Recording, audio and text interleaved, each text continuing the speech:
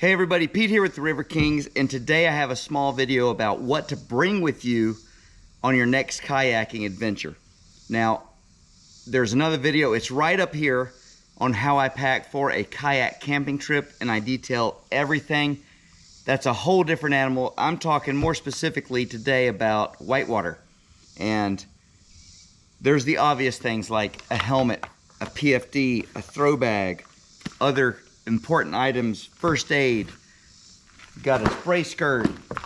You've got a pin kit and an extra rope. You got all kind of stuff that you need. But I don't get many requests for that. And it seems like with the channel we have this ongoing joke that I could be doing a great adventure, and all the people want to know sometimes is what kind of socks do I wear when I sleep at night in the hammock. So today we're talking about the important stuff that you guys want to know about. Number one, hydration. Always throw something to drink in your kayak, whether it's wintertime or summertime. You can get very dehydrated out on the water, especially when it's hot and especially when it's cold.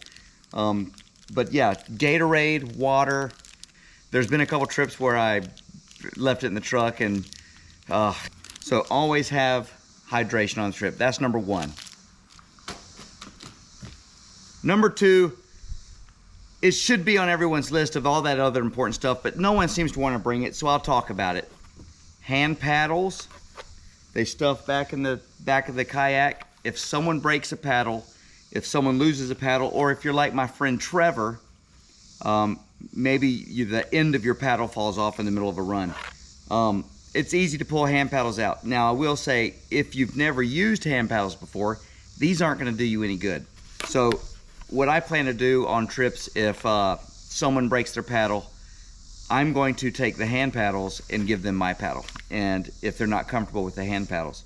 However, that's just a convenient thing. If I'm on a challenging run where I'm going to be back in the woods, not near a road, unable to hike out, and I just don't want to fiddle with hand paddles because I'm not Brian Storzy, I have a 4-piece paddle that I keep in the back of my boat. And I've been on many trips where paddles were lost or broken, and pulling this out will save someone's bacon. This is the same for any kind of paddling you are doing, whether it's longboating, ocean kayaking, touring, kayak camping, whitewater kayaking. Bring the extra paddle. Now, places you can get away with not doing that is a park and play situation where you park and you play right there, or maybe a roadside run where, like Wilson Creek, Tellico, Ocoee, things like that. The road is always right beside you, and you can not have an emergency. You can just get out and hitchhike back to your truck, or walk back, or run back to your truck and get another paddle. At least have another paddle in your truck. Okay, so now we're getting down to the really, really important stuff. What kind of shoes do you wear? I keep it simple. These are the best Walmart shoes money can buy. It's about 23 bucks. Seems like shoes that just stay wet all the time just don't last long no matter what you're buying. And so you want something that's going to grip rocks and be super drying and lightweight, the best you can anyway. These soles right here give me really good purchase on rocks. There's no ankle protection here. Something to think about. When I go creeking, sometimes I'll have more of a high top shoe. But if you're watching this video, you're wanting to know what shoes to wear. Creek boat, where you're going to be in a creeking environment, or any kind of place where you have to walk, you're going to want real shoes from time to time, especially if you have a swim like Anthony Davis Brown on the Ocoee, and you have to go chase your boat all the way down the river and find it and get back in it. You don't want to have on socks or flip-flops or something like that. You want real shoes. So I do use just some old super lightweight running tennis shoes that drain well. Most importantly, that grip rocks. The right answer is something like the Astral shoe wear they have for kayakers specifically. But hey, I keep it simple. Yeah, we talked about shoes, and now wouldn't you know it, we're going to talk about socks. Surprisingly enough, a lot of people ask, what socks do you wear? And it's a good question. These are NRS Hydro Skins, and they're about worn out. I got a little hole in the toe, and but these are fantastic. They're really thin. I'll put a link to this in the description below. I use these both summer and winter. In the summer, this is just the sock I wear in my shoe. It's thin enough where you can do that. It's not a real thick gauge. I think it's 1.5 millimeter or something like that. Really thin, and you can go all day and it won't irritate your feet. It's just a great product. In the wintertime, I'm in a dry suit, so I'll have wool socks or a wool blend sock on, and then my dry suit booties over that. I'll put these little thin Hydroskins over the dry suit booty to protect and prolong the life of my dry suit. Because if you're grinding and stepping on sand or dirt or sticks or any kind of anything with that booty, it's gonna start causing wear. This just adds a little layer of protection, kind of keeps sand off the dry suit. And I would highly suggest something like an NRS Hydroskin sock. However, when I'm play boating, or say I'm in the ocean, or I'm in a smaller boat, I know there's no chance I'm gonna be hiking through the woods in case this goes wrong. Park and play situations, the whitewater park, something like that. I've gotten into these, they're called slinks. Again, a link in the description. I just got them off Amazon. These are all about worn out. They've lasted 2 seasons. It's a thicker gauge neoprene, and they have these little plastic beads kind of melted onto them, and they give you grip. And these fit tight. No sand can get down in there. And in a playboat, your feet are kind of in there like a full slice or a freestyle playboat. There's not a lot of room for shoes, so you need something on your feet though, because this will protect you from wearing against the plastic of the boat or the foam. And it's very, very comfortable. They slide right on and off. They stay on very well, and they protect your feet. If you do have to walk, gravel is not gonna feel great, but it's gonna be better than bare feet. But if you're on concrete or a path, you can walk just fine with that. So there's my second option on socks. So now y'all know what kind of socks I wear when I'm kayaking. Also in my videos, you may have noticed I always wear some sort of elbow protection. And you do not have to hit your elbow hard to just ruin your day. On a rock, it doesn't take much on your elbow. That's just bone with no meat, no protection. And you can just ding your elbow on a rock. It can hurt for weeks or months. You know, you can get bursitis. You just don't want to smack your elbows on rocks. If I'm on a scary run, I have something like this WRSI elbow pad here, and you can just wear it here, or you can put your hand inside the little mesh sleeve. Whatever's more comfortable for you. I've done it both ways. And this gives you good solid protection with solid plastic. Somewhere like the whitewater park, this is preferable because that plastic will slide on the concrete and your elbow won't, and that's good. Another way you can ding your elbow is hitting it on the back of your boat, play boating, doing different things. I've hit my elbow on my own boat before. It's better than a rock, but it's not as good as hitting your elbow pad on your boat. So always wear elbow protection. So definitely always elbow protection. And sometimes the run's not so scary and you don't need all this, because this little top band right there will kind of bite into your elbow sometimes a little bit, but it's just what it is. It has to stay in place and you kind of get used to it. But if you want something a little more comfortable, these puppies right here are amazing. They are G-Form off Amazon. Again, a link will be in the description. They're not much. These have been wonderful, and they're just like a little super thin kind of a quick dry feeling mesh stretchy material, probably just spandex. I could probably read that and find out. Nylon and spandex. And they have this kind of soft rubbery pad there, and it gives pretty good protection. If you're really gonna smack something like a rock, you're gonna want that hard plastic shell like I have on the WRSI. But if you're just out there on something a little more tame and you don't want to smack your elbow on a boat or on any rock anywhere, but you're not in a like really high-speed creaking environment with a lot of big drops and a lot of powerful water, this will do just fine. And actually, I think it's even better in those situations. I will say it has this little rubber thing around the top cuff to keep it from sliding. It works great. You put it on and it won't go anywhere. Try to get it on here.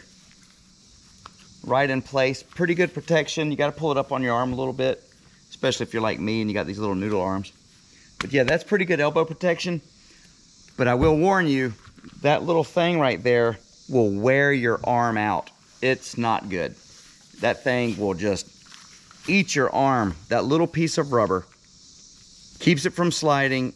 It wears out your arm. So to combat that, the next piece of gear is a long sleeve shirt. And this year I started wearing this long sleeve shirt even all summer because I wanted this on. It was very comfortable except for that little piece of rubber that was eating on me. Over the sleeve, you don't feel it.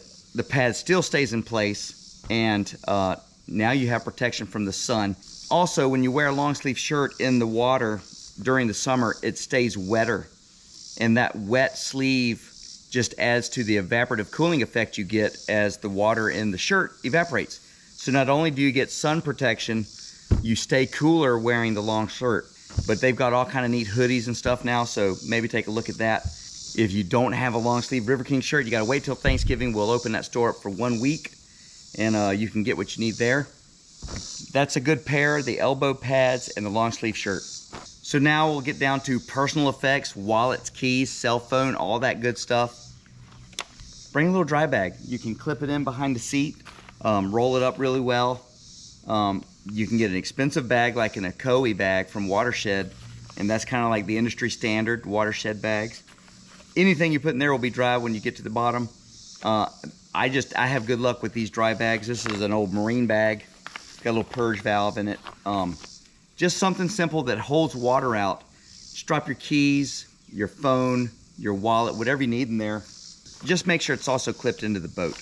Because if you do take a swim, the items in the boat will now be in the river. And if you have a conveniently camouflaged dry bag like I have, which is not very smart, you might have trouble finding that. But if it's clipped into the boat, all you gotta do is keep your boat and then you have your stuff with you. So bring a little dry bag, maybe a change of clothes if it's cooler weather, maybe a beanie cap so you can put it on when you get off the water and stay warm. Just a dry bag, it's important, and it solves some of these dilemmas like, how do I keep my stuff dry? And while we're on that topic, everybody's trying to solve this dilemma about how to keep batteries handy, how do I keep my electronics dry? You cannot go wrong with the Pelican case. And this is my Pelican 1120. That's the size. I have had this for years and years and years and years and years.